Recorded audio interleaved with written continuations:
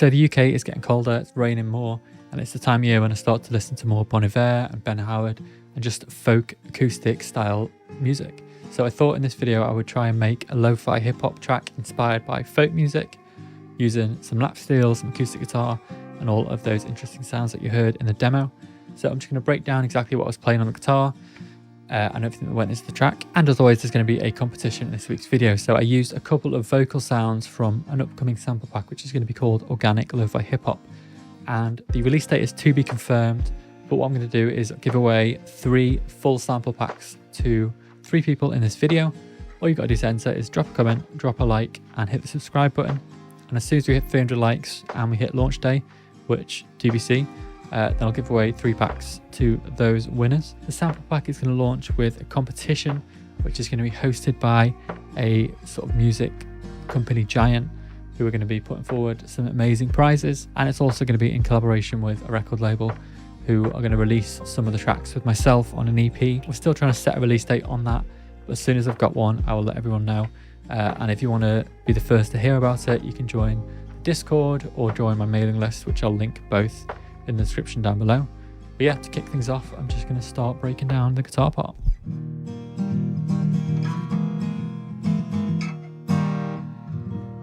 So if anyone's interested, the guitar that I'm using is an Alvarez MF60. As for the chord progression, the way I'm playing it is the B and the E string are playing open throughout the whole thing. So that sort of adds an extra layer of depth to what would alternatively be quite a simple chord progression. And to enable me to do that, I've got to play the effectively bar chords, but without playing the B and the E. So this really is made easier by using my thumb on the low E string.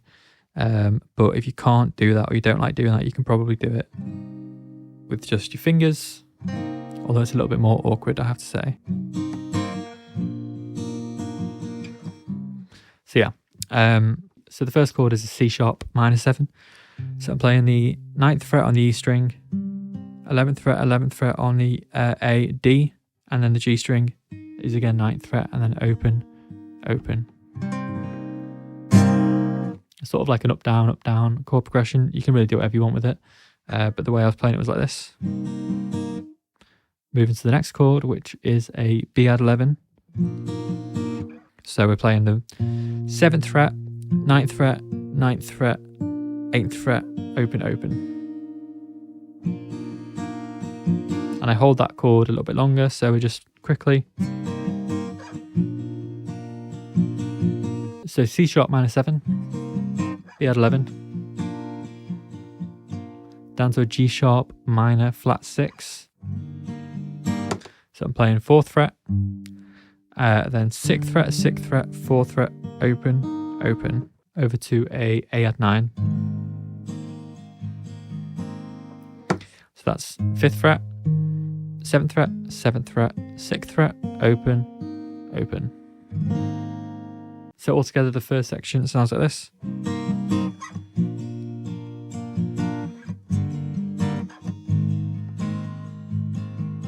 Second time around, I'm doing a similar thing.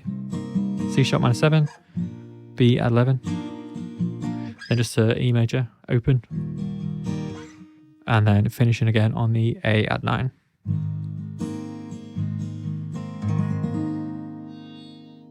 So moving over to the project file, to start this track off, I just threw on some market atmosphere, which again will be appearing in the upcoming pack. Just some crackle and distant voice ambience. And my intention actually was to pitch all of the melodic stuff down with the pitch shift to give it a sort of more dark feel, which I thought was a little bit too muddy in this context, but I might try it later when I finish the track off. This is what it sounds like normally with the pitch shifter.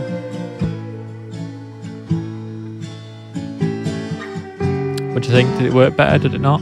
For me, it sort of made it feel a little bit more out of tune. I don't think the recording was perfect, and for me that amplified it. But yeah, that's that. So starting off with the acoustic guitar. This is actually 3 takes, so you got a centralized take. And then I did 2 more takes to do a hard left and right pan.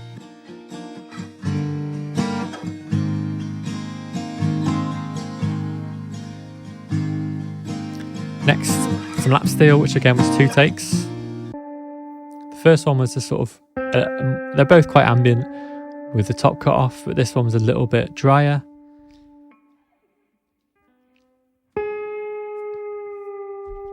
And then I recorded a second take as well, which was a little bit more sort of reverb heavy, that had spaced out by baby audio, giving it that sort of lush, dreamy vibe. There's a couple of vocals in there as well from the upcoming pack, as I mentioned. So it's got loads of really nice vocals in the new pack. Excited to share these. Just like sort of stuff that you can drop into a track to give it a little bit more texture, breathy, ambient vocal stuff. And there's also a piano in there as well. As I often use, it's the Felt Grand by Uffa Arnolds. Just really lush, dreamy piano. Big fan of that.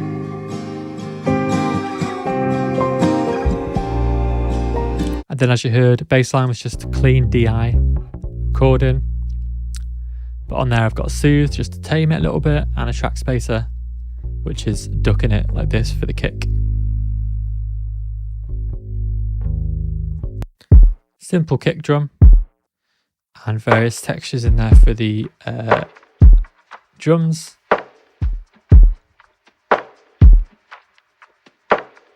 Again, just sort of Foley loops from previous sample packs, mixed in with a little snare from the last sample pack as well, and some textures on top of the snare to give it a little bit of variance. And then lastly was just this little guitar solo through my usual guitar chain. And then all together.